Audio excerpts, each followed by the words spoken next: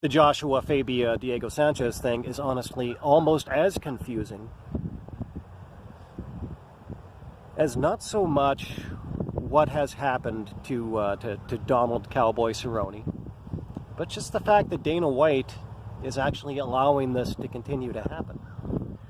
So let me start off by saying that I am a huge fan of Donald Cerrone.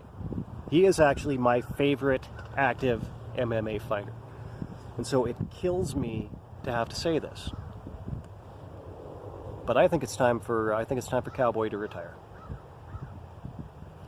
You know, he's now the loser of. Well, I guess you couldn't say that he's the loser of 5 or 6 straight, because there was a fight in there that did get judged in a draw.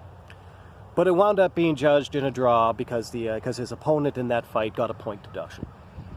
So really, without that point deduction, his opponent would have won the fight, and he would have lost, 5 or 6 straight fights. Now, mind you, there was another one in there with Anthony Pettis, where Cowboy was winning that fight, going into the third round, and then Dominic Pettis was able to kind of squeeze out a win in that fight, basically because the referee didn't properly deal with an eye poke, either an eye poke or a low blow.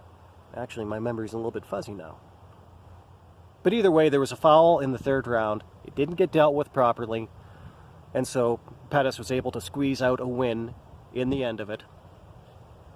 And so there's another one right there. So I mean, there are a few asterisks in that particular assessment, but the simple fact of the matter is that Donald Cerrone is not the same fighter that he used to be. And not only is he not the same fighter that he used to be, like even before he gets into the fight, quite frequently he looks unhealthy. And there's a way that he got there, and I think that there does have to be a certain allowance for this on the UFC's part, and the way that he got there was just going out and working his ass off for the UFC. For years, Cerrone was their most reliable fighter. When they needed a guy to step into a card at the last minute because a fight got scrubbed due to injury or due to any number of different factors, Donald Cerrone was the guy that they could always call, and he would always say yes. And so that did a couple of things. I mean, for one thing, it put a lot of victories under Cerrone's belt, put a lot of fights under Cerrone's belt, but he also took a lot of punishment during that time, and very often in very short succession. You're talking about going into these fights, without a full training camp, sometimes only weeks apart. That's a lot of punishment for a body to take, especially for an aging body like Donald Cerrone.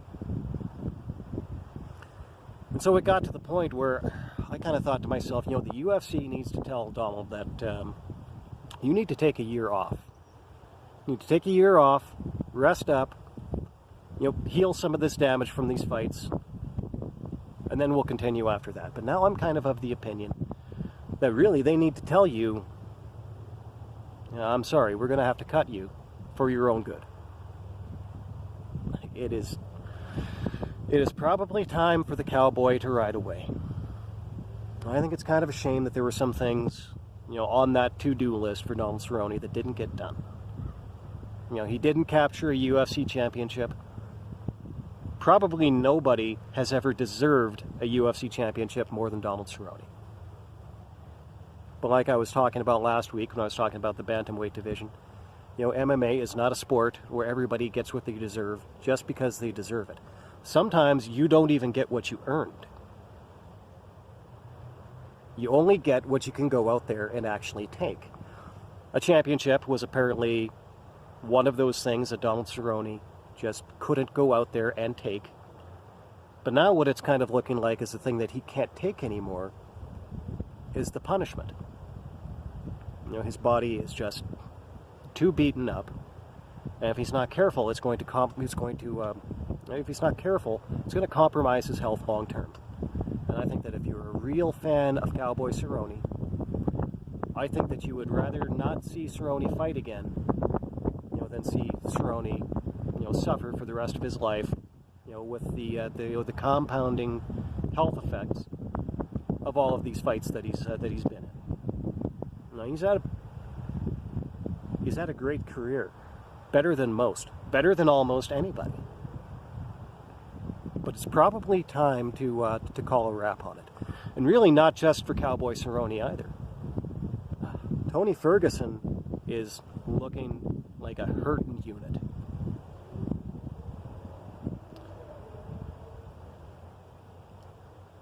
And it is a little bit hard to kind of, to rectify this against the Tony Ferguson that we were seeing 2 years ago.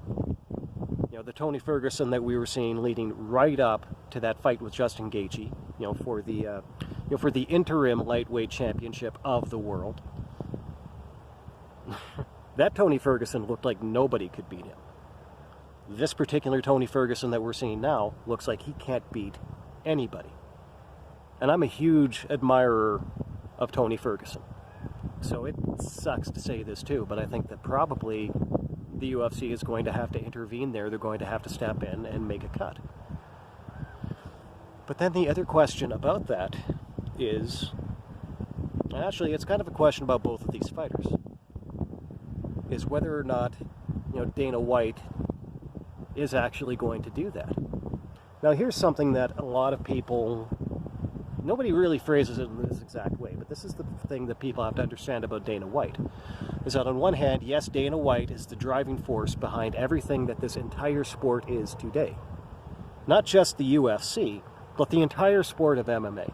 There are all kinds of places where you wouldn't even be able to have MMA if it wasn't for some of the things that Dana White did. It would still be a banned sport in a lot of places.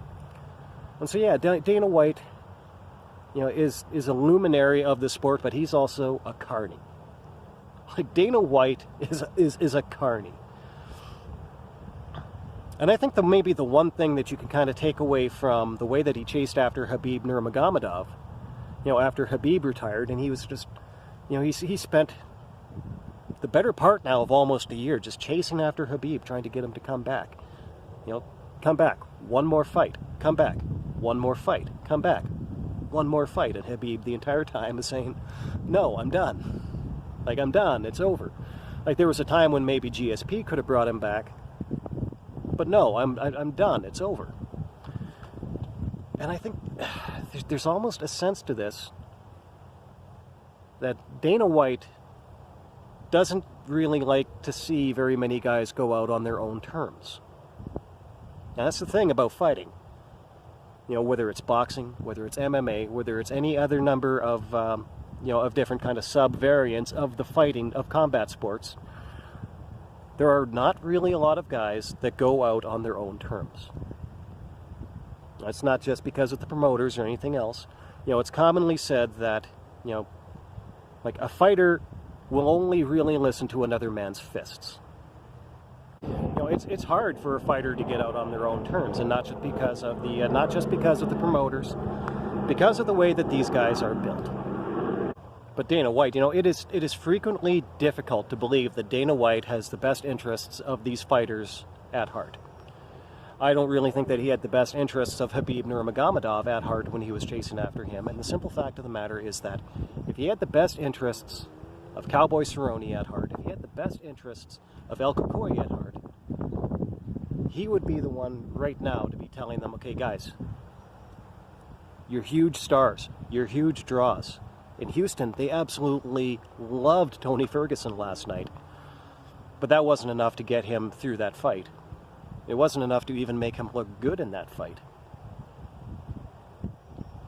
Regardless of how big a star either one of these two guys are, the UFC should probably be calling a cap on this, if for absolutely no other reason than for their own well-being. But Dana White just doesn't look like a guy that's going to do that. And I don't bear any ill will to Dana White. I really admire what he's done with this sport.